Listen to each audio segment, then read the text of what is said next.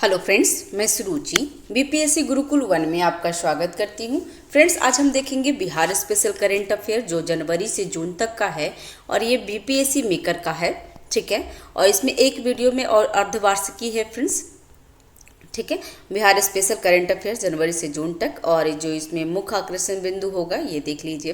राज्य सरकार की प्रमुख योजनाएं, प्रमुख सम्मान और उपलब्धियां, प्रमुख आंकड़े और सूचकांक, मोबाइल ऐप और वेब पोर्टल है, बिहार कैबिनेट, नया मंत्रिमंडल, प्रमुख घोषणाएं, समझौता एवं और पहल, और प्रमुख खेल और संबंधित सम्मान है। ठीक है, तो ये चीज़ है। और एक हम तो वीडियो अपलोड कर चुके हैं, पार्ट 1 आ चुका है। बिहार में जितनी भी एग्जाम होते हैं ना, उसके लिए काफ़ी इंपॉर्टेंट है। ठीक है, तो ये आप ध्यान रखिएगा। तो इसका अब सेकेंड पार्ट हम लोग करते हैं। ठीक है फ्रेंड्स, तो इसमें 20 तक 19 तक मैंने क्वेश्चन करा दिया था फ्रेंड्स, यहाँ तक हो चुका था। तो अभी हम नेक्स्ट इसमें क्वेश्चन नंबर 20 कराते हैं, और इसी तरीके से आधे घंटे का वीडियो बनाएंगे ताकि आपको इजी भी हो जाएगा पढ़ने के लिए। ठीक है, और फ्रेंड्स साथ ही साथ आपको एडुटेरिया करेंट कॉन्सेप्ट का भी आ रहा है फ्रेंड्स, और एडुटेरिया का टेस्ट सीरीज जो जुनून टेस्ट सीरीज है और आधार टेस्ट सीरीज है वो भी हमारे कंप्लीट हो रहा है। और एडुटेरिया का बिहार तथ्य संग्रह जो काफ़ी इंपॉर्टेंट है वो भी हम कंप्लीट करवा रहे हैं फ्रेंड्स, तो उसमें ऑलमोस्ट हो चुके हैं। और परफेक्शन आईएएस का 90 डेज प्लानर और उनका टेस्ट, और करंट अफेयर खान सर का भी हो चुका है, तो आप जाकर के प्लेलिस्ट में देख सकते हैं। तो चलिए स्टार्ट करते हैं क्वेश्चन नंबर 20 से, क्योंकि इससे पहले एक वीडियो आ चुका है तो उसके आगे हम लोग देख लेते हैं। तो तमिलनाडु में आयोजित खेलो इंडिया यूथ गेम्स 2024 में बिहार 5 पदक जीतकर कौन सा स्थान पर रहा है? तो बिहार 12वें स्थान पर रहा है। ठीक है, तो पहले तो ये ध्यान रखिएगा कि खेलो इंडिया यूथ गेम कहाँ हुआ है 2024 का, तो ये तमिलनाडु में हुआ है, और बिहार 5 पदक जीता है और 12वें स्थान पे है। ठीक है, खेलो इंडिया यूथ गेम 2024 का कौन सा संस्करण था फ्रेंड्स? तो ये 6ठा संस्करण था, और तमिलनाडु में 19 से 31 जनवरी 2024 तक आयोजित हुआ था। यह आयोजन तमिलनाडु के 4 शहरों में किया गया था। कहाँ कहाँ? तो चेन्नई, मदुरई, त्रिची और कोयम्बटूर में। इस प्रतियोगिता में महाराष्ट्र 158 पदक के साथ महाराष्ट्र शीर्ष स्थान पर रहा है। उसके बाद तमिलनाडु जो 98 पदक, और हरियाणा दूसरे और तीसरे नंबर पे है। तो ये ध्यान रखिएगा फ्रेंड्स कि खेलो इंडिया यूथ गेम्स में कौन फर्स्ट पे है? तो महाराष्ट्र फर्स्ट पे है, उसके बाद तमिलनाडु सेकंड पे, और हरियाणा थर्ड पे है। और बिहार का स्थान कितना है? तो बिहार का स्थान 12 है, 12 है। इस प्रतियोगिता में बिहार 5 पदकों के साथ 21वें स्थान पर रहा। फ्रेंड्स यहाँ पे एक कन्फ्यूज़न क्रिएट किया है कि यहाँ पे बोल रहे हैं कि 12वें स्थान पे है, जबकि यहाँ पे बोल रहे हैं कि 5 पदक के साथ 21वें स्थान पे रहा है। बिहार के खिलाड़ियों ने 2 स्वर्ण, 2 रजत और 1 कांस्य पदक जीता है, तो ये 12वें स्थान पे नहीं है फ्रेंड्स, ये 21वें स्थान पे ही है, ये सही होगा। ठीक है, इसका आंसर सी होना चाहिए। मैं देख लेती हूँ, चेक कर लेती हूँ पहले फ्रेंड्स। ठीक है, फिर उसके बाद कन्फर्म कर दूँगी। ठीक है फ्रेंड्स, तो यहाँ पे ना इसका जो ये था, जो ऑप्शन ए था, तो ऑप्शन ए यहाँ पे नहीं होना चाहिए, यहाँ पे ऑप्शन सी होना चाहिए। ठीक है, तो ये उनका मिसप्रिंट हो गया है, ध्यान रखेंगे, क्योंकि यहाँ डिस्क्रिप्शन में वो सही लिखा हुआ है और वहाँ पे मिसप्रिंट हुआ है।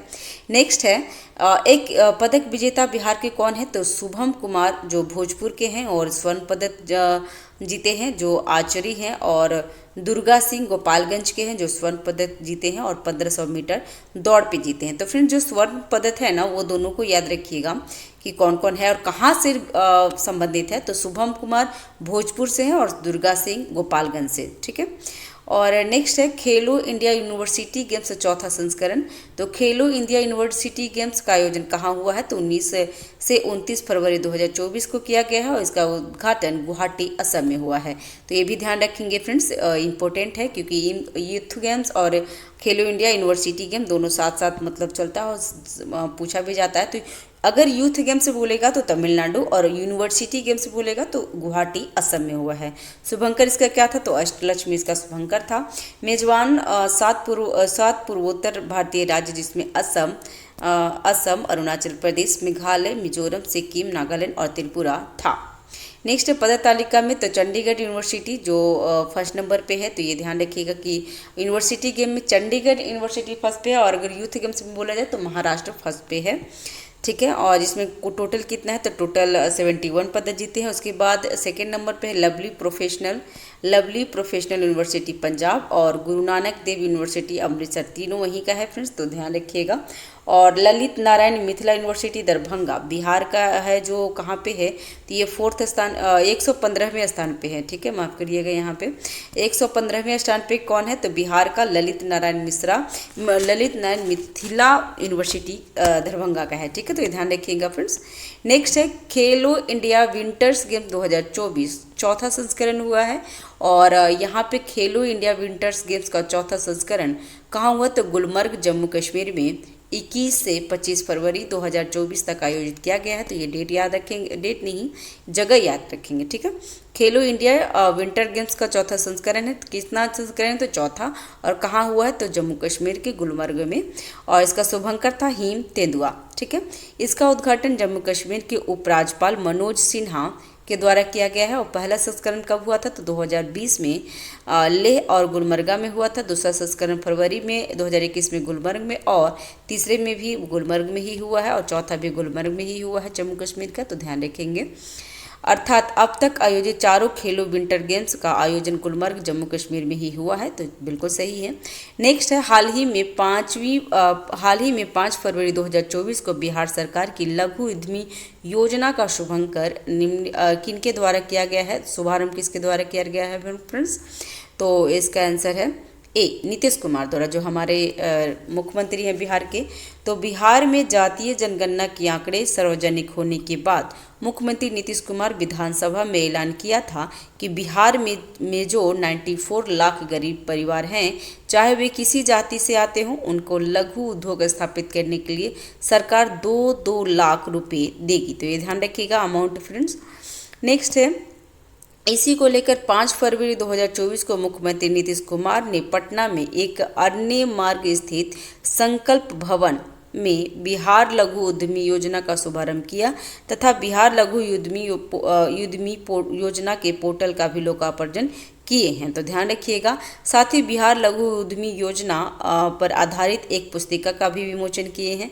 इस योजना का लाभ उन्हें मिलेगा जिनके परिवार का आय कितना, तो 6,000 रुपये प्रति माह से कम होना चाहिए। ठीक है, आवेदन की उम्र कितनी होनी चाहिए फ्रेंड्स, तो उम्र याद रखेंगे, एक मॉक टेस्ट में ये आ चुका था।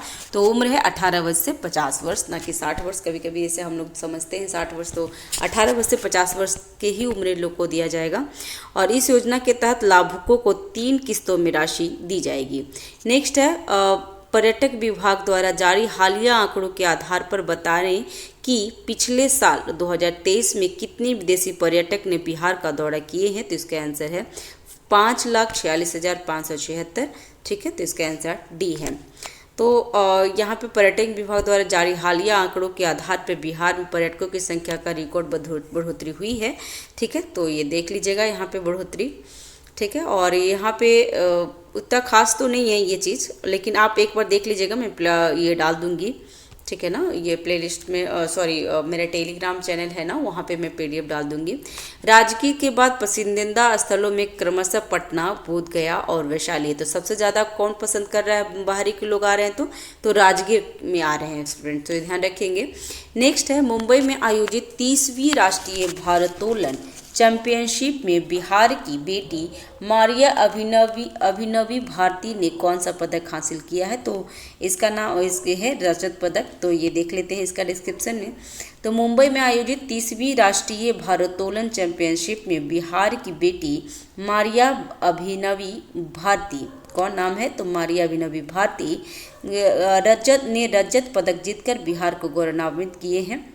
ठीक है, और मारिया अभिनवी भारती वर्तमान में बिहार अग्निशमन सेवा में भी कार्यरत है, तो ये भी ध्यान रखिएगा। नेक्स्ट है, किस जिले में बनने वाले बिहार के दूसरे एम्स के लिए हाल ही में केंद्र सरकार ने 1264 करोड़ का बजटीय प्रावधान किया है, तो इसका आंसर है दरभंगा में। और पटना के बाद बिहार का दूसरा एम्स दरभंगा में बनेगा, जिसके लिए हालिया में शोभन में जमीन चिन्हित की गई है, जिसे अब स्वीकृति प्रदान की गई है। तो ये ध्यान रखिएगा फ्रेंड्स। नेक्स्ट है, इसके साथ ही केंद्र सरकार ने दरभंगा एम्स के लिए 1264 करोड़ बजटीय प्रावधान भी कर दिया है।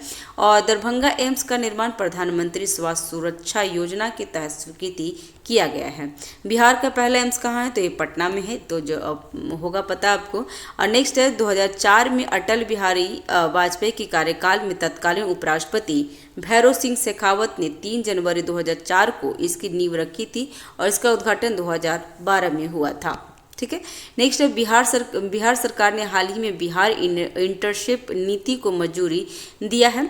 बताएं कि इस नीति के तहत इंटर्नशिप करने पर कितने रुपए की छात्रवृत्ति दिया जाएगा, लाभ दिया जाएगा, तो इसका आंसर है 25,000।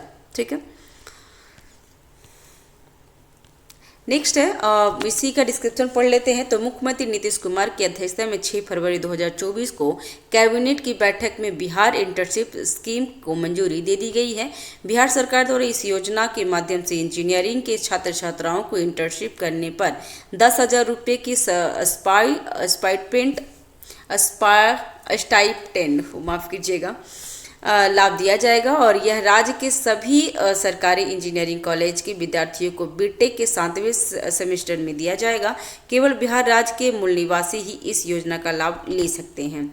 नेक्स्ट है, निम्नलिखित में से कौन सा राज्य ट्रैफिक अटेंड करने वाले पहला राज्य बन गया है, तो इसका आंसर है बी।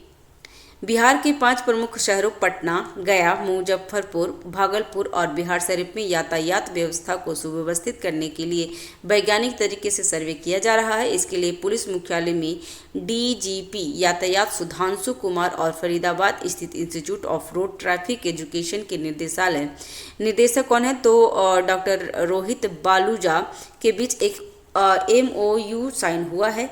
बिहार इस तरह यातायात व्यवस्था को वैज्ञानिक ऑडिट कराने वाला पहला राज्य बन जाएगा, तो ध्यान रखिएगा। और बिहार में 2 पहिया वाहनों की संख्या राष्ट्रीय औसत का कितना है, तो फ्रेंड्स तो 73 में से 10% और ज़्यादा 83% है, तो ध्यान रखेंगे। बड़े दुर्घटना के मामले में प्रति 100 सड़क हादसे में पूरे देश में मिजोरम के बाद बिहार दूसरा स्थान पे है। नेक्स्ट है, झारखंड में हालिया में आयोजित 67 नेशनल स्कूल गेम्स 2023-24 के वुशु प्रतिस्पर्धा में बिहार के प्रतिभावान खिलाड़ी ने कितने पदक अपने नाम किए हैं, तो इसका आंसर है बी, 10 पदक किए हैं। 67वें नेशनल स्कूल गेम्स 2023-24 के तहत वुशु प्रतिस्पर्धा का आयोजन झारखंड में 24 से 28 जनवरी 2024 तक किया गया है। इस प्रतिस्पर्धा में बिहार के प्रतिभावान खिलाड़ियों ने 2 रजत और 8 कांस्य पदक सहित कुल 10 पदक अपने नाम किए हैं। झारखंड में चल रहे 67वें नेशनल स्कूल्स गेम्स के फुटबॉलर अंडर 14 चैंपियनशिप के फाइनल मैच में बिहार की टीम ने झारखंड की टीम को 2 गोल से हराकर चैंपियनशिप अपने नाम कर लिया। और पूरे टूर्नामेंट में बिहार की क्या है, तो टीम ने 7 मैचों को जीता है। वो इतना इंपॉर्टेंट नहीं है, तो ध्यान रखिएगा फ्रेंड्स। नेक्स्ट है 28 का नंबर क्वेश्चन कि इस वर्ष 2024 में बिहार में नई सरकार के गठन 3 फरवरी 2024 के बाद हाल ही में 15 मार्च 2024 को कैबिनेट में विभागों का बंटवारा हुआ। बताएं कि सम्राट चौधरी को किस विभाग की जिम्मेदारी दी गई है, तो इसका आंसर है वित्त विभाग, खेल विभाग और उद्योग विभाग, तो आंसर डी हो गया। फ्रेंड्स 67 या फिर 66 में एक क्वेश्चन पूछा था, जब उस टाइम बिहार सम्राट चौधरी क्या थे, तो ग्राम का थे, ग्राम पंचायत का प्रभार उनको मिला था, विभाग मिला था। तो उस टाइम पूछ दिया था कि ग्राम पंचायत का विभाग किसके पास है, तो वो भी ध्यान रखिएगा। ऐसे ऐसे क्वेश्चन पूछ लेते हैं फ्रेंड्स, तो याद रखेंगे कोई भी क्वेश्चन को ऐसे एक बार नज़र से जाना ही चाहिए। और बिहार कैबिनेट का है मंत्री लोग, तो उनके बारे में ध्यान रखेंगे। बिहार कैबिनेट नया मंत्रिमंडल 15 मार्च 2024 को हुआ है। नीतीश कुमार मुख्यमंत्री हैं, उनको क्या क्या मिला है वो देख लेते हैं। तो समान प्रशासन विभाग, गृह विभाग, मंत्रिमंडल सचिवालय, निगरानी, निर्वाचन एवं ऐसी सभी विभाग जो किसी मंत्री को आवंटित नहीं किया गया है। और आपको पता ही है कि विधानसभा में 15% से ज़्यादा नहीं होनी चाहिए। जो 2003 के जो संशोधन जो हुआ था ना, उसमें ये लिखा हुआ है कि बिहार में कोई भी स्टेट में जो मंत्री होते हैं 15% से ज़्यादा नहीं होते हैं और 12 से कम नहीं होनी चाहिए। तो उसके अकॉर्डिंग ही है इसमें भी दिया जाता है फ्रेंड्स। ध्यान दीजिएगा, वो क्वेश्चन पूछता है क्योंकि अभी मैं 90 डेज प्लानर करा रही हूँ ना परफेक्शन आईएएस का, तो उसमें से क्वेश्चन हाईलाइट हुआ था, तो इसलिए मैं अभी यहाँ पे रिमाइंड करवा दी हूँ। सम्राट चौधरी जो उप मुख्यमंत्री हैं उनको वित्त एवं वाणिज्य कर विभाग दिया गया है। विजय कुमार सिन्हा जो उप मुख्यमंत्री हैं पथ निर्माण, खान एवं भूतत्व, कला, संस्कृति एवं युवा विभाग दिया गया है, तो ध्यान रखिएगा। नेक्स्ट है विजय कुमार चौधरी जो जल संसाधन व संसदीय कार्य विभाग है। विजेंद्र प्रसाद यादव ऊर्जा और योजना एवं विकास विभाग है। प्रेम कुमार सहकारिता, पर्यावरण, वन एवं जलवायु परिवर्तन विभाग। श्रवण कुमार ग्रामीण विकास विभाग है, तो ध्यान रखिएगा इनका कि श्रवण कुमार को क्या मिला है, तो ग्रामीण विकास विभाग, क्योंकि उस टाइम सम्राट चौधरी को मिला था और क्वेश्चन आ भी गया था। संतोष कुमार सुमन सूचना प्रौद्योगिकी, लघु जल संसाधन व आपदा प्रबंधन दिया गया है। सुमित कुमार सिंह को विज्ञान प्रौद्योगिकी एवं तकनीकी शिक्षा विभाग। रेणु देवी को पशु एवं मत्स्य संसाधन विभाग। मंगल पांडे को स्वास्थ्य एवं कृषि विभाग। नीरज कुमार सिंह को लोक स्वास्थ्य अभियंत्रण विभाग और अशोक चौधरी को ग्रामीण कार्य विभाग दिया गया है। लेसी सिंह को खाद्य एवं उपभोक्ता संरक्षण विभाग। मदन साहनी को समाज कल्याण विभाग और नीतीश मिश्रा को उद्योग पर्यटन विभाग दी गई है। ठीक है फ्रेंड्स, यहाँ पे और भी देख लेते हैं कि नितिन नवीन को नगर विकास एवं आवास व विधि विभाग। दिलीप कुमार जायसवाल को राजस्व एवं भूमि सुधार विभाग। महेश्वरी हजारी को सूचना एवं जनसंपर्क विभाग। शीला कुमारी को परिवहन विभाग। सुनील कुमार को शिक्षा विभाग। जनक राम को अनुसूचित जनजाति कल्याण विभाग। हरि साहनी को पिछड़ा वर्ग एवं अति पिछड़ा वर्ग कल्याण विभाग। कृष्णानंदन प्रसाद पासवान को गन्ना उद्योग दिया गया है और जयंत राज को भवन निर्माण विभाग। मोहम्मद जमाल खां को अल्पसंख्यक कल्याण विभाग। रत्नेश सदा को मद्य निषेध उत्पादन एवं निबंधन विभाग। केदार प्रसाद गुप्ता को पंचायती राज विभाग। सुरेंद्र मेहता को खेल विभाग और संतोष कुमार सिंह को श्रम संसाधन विभाग दिया गया है। ठीक है फ्रेंड्स, नेक्स्ट है बिहार विधानसभा क्या हुआ, तो 21 फरवरी 2024 को जदयू नेता महेश्वरी हजारी के इस्तीफे के बाद ही बिहार विधानसभा के नए उपाध्यक्ष नरेंद्र यादव बन गए हैं। तो ये ध्यान रखिएगा कि बिहार के जो उपाध्यक्ष अभी बने हैं विधानसभा के उपाध्यक्ष वो नरेंद्र यादव हैं, जदयू के बने हुए हैं। नई सरकार के गठन के बाद हाल ही में बिहार विधानसभा में नए स्पीकर भारतीय जनता पार्टी भाजपा के वरिष्ठ नेता कौन है, तो नंद किशोर यादव। तो यहाँ ये ध्यान रखिएगा फ्रेंड्स, ये इंपॉर्टेंट हो जाएगा कि बिहार विधानसभा के स्पीकर कौन है, तो उनका वहाँ के स्पीकर बने हैं नंद किशोर यादव और उपाध्यक्ष कौन बने हैं, तो नरेंद्र यादव जदयू के हैं। इससे पहले अवध बिहारी चौधरी इस पद पर थे। बिहार में विधानसभा की कुल कितनी सीटें हैं फ्रेंड्स, तो ये 243 है। ठीक है, कितनी सीटें हैं, तो 243 243, जिसमें 38 अनुसूचित जाति और 2 सीटें अनुसूचित जनजाति के वर्गों के लिए है।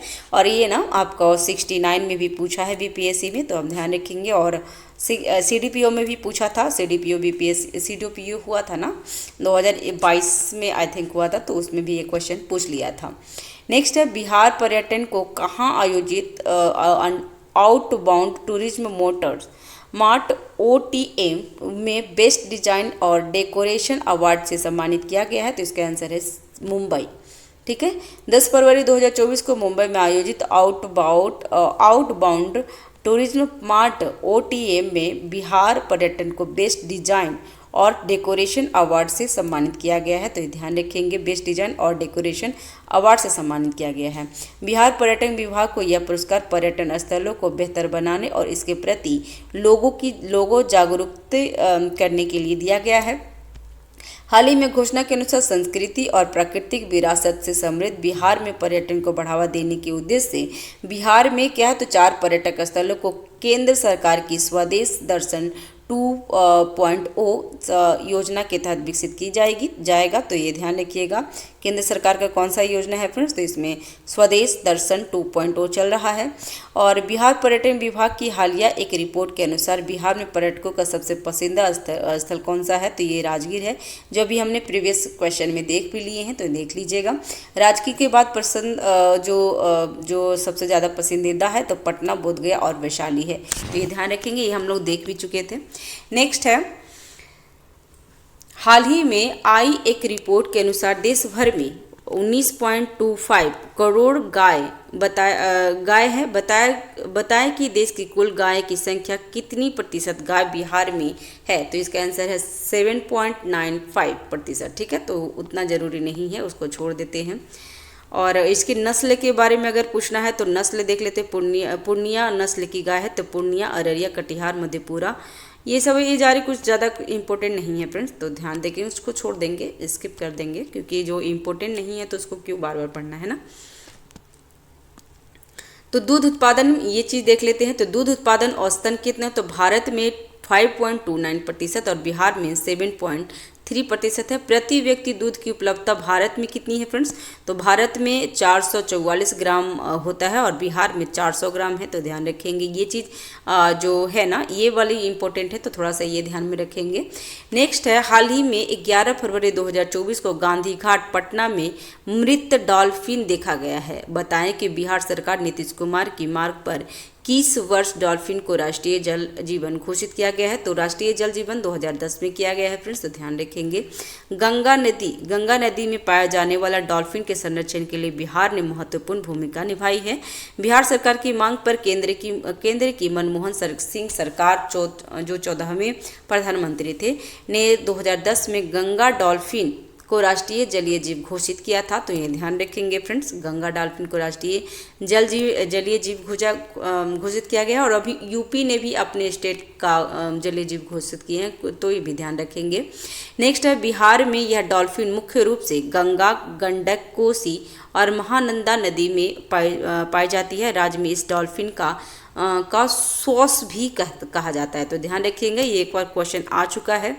ठीक है, तो राज्य में इस डॉल्फिन को क्या नाम कहते हैं, क्या कहते हैं, तो सॉस भी कहते हैं। ठीक है, और बिहार में 1990 से डॉल्फिन का संरक्षण कर रहा है बिहार।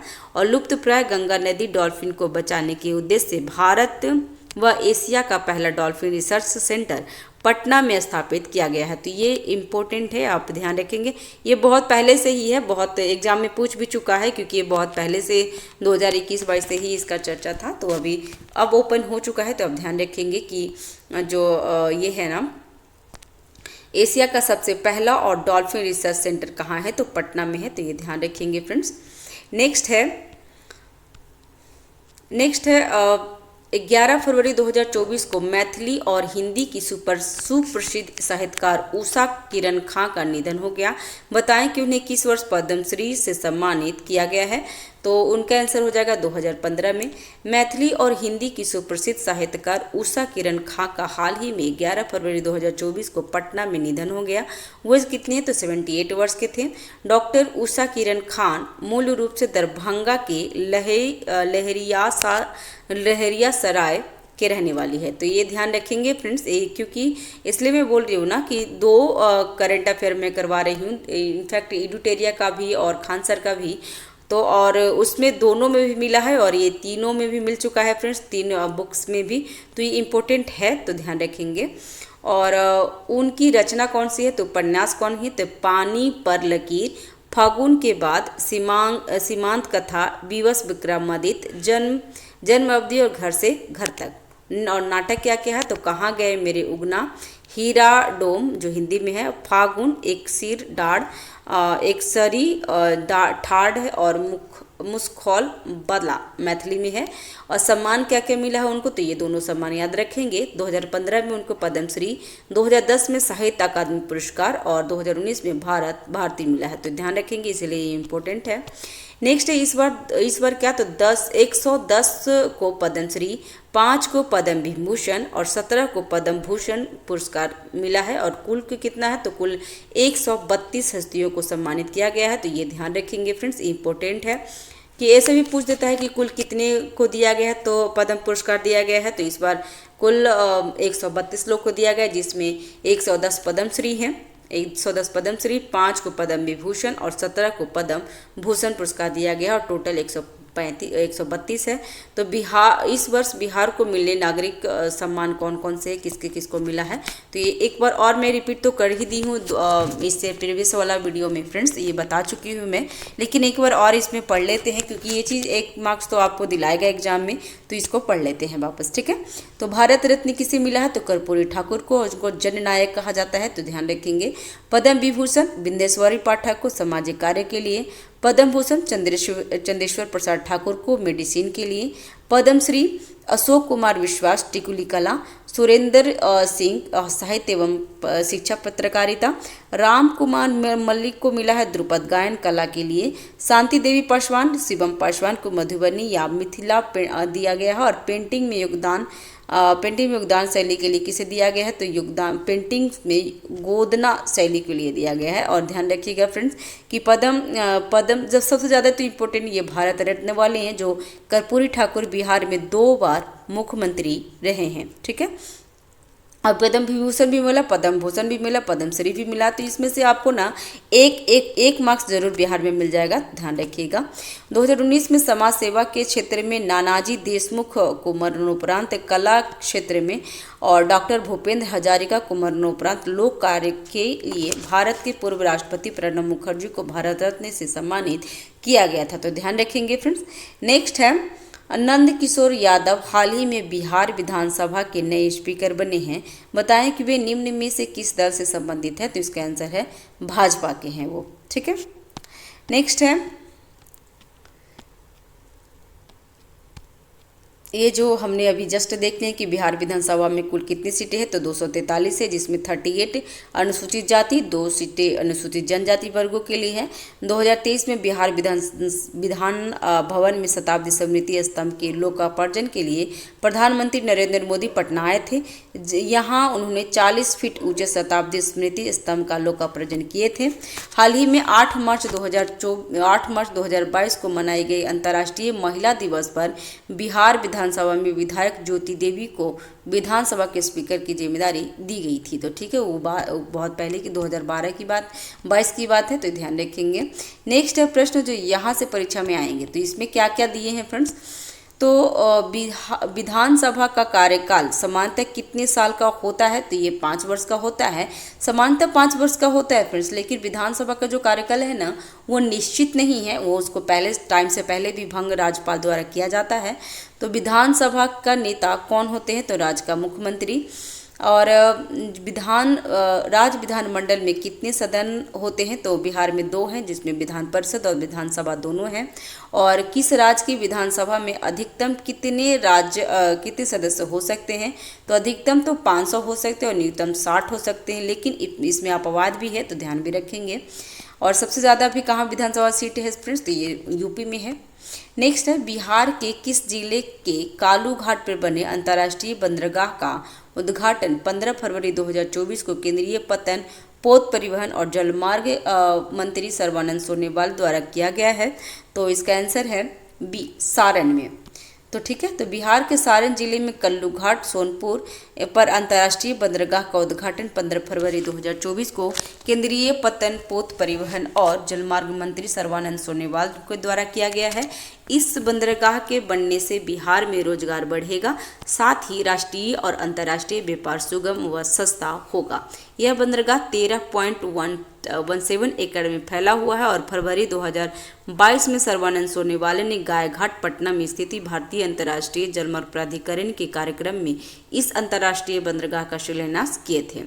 हाल ही में आई एक रिपोर्ट के अनुसार बिहार निर्यात के मामले में ओवरऑल में भारत के 22वें स्थान पे है, तो ये ध्यान रखेंगे फ्रेंड्स कि रिपोर्ट के बिहार निर्यात के मामले में कितना है फ्रेंड्स, एक मिनट, निर्यात के मामले में बिहार ओवरऑल में कितना है, भारत में 22वें स्थान पे है। और नवीनतम रिपोर्ट के अनुसार भारत से होने वाले निर्यात में बिहार की भागीदारी कितनी है, तो बिहार की भागीदारी 0.52% है। रिपोर्ट के अनुसार निर्यात में बेगूसराय जिला बिहार में आगे है, तो ये थोड़ा सा ध्यान रखेंगे, इम्पोर्टेंट है। ठीक है फ्रेंड्स, इस वीडियो में बस इतना तक रखते हैं। नेक्स्ट वीडियो में हम लोग 35 से क्वेश्चन लेके आगे बढ़ेंगे। ठीक है, इसी तरीके से छोटा छोटा वीडियो बना के आधे घंटे वीडियो बना के हम कंप्लीट कर लेंगे। ठीक है, चैनल पे अगर नए हैं तो चैनल को सब्सक्राइब कर लीजिए, लाइक करिए, शेयर कीजिए। कोई त्रुटि रहती है तो प्लीज़ कमेंट बॉक्स पे आप हमें बता सकते हो। हमारा टेलीग्राम चैनल है, वहाँ पे भी ज्वाइन हो सकते हैं। तो ठीक है, thanks for watching, have a nice day, keep watching, keep learning friends. Thank you so much, good night.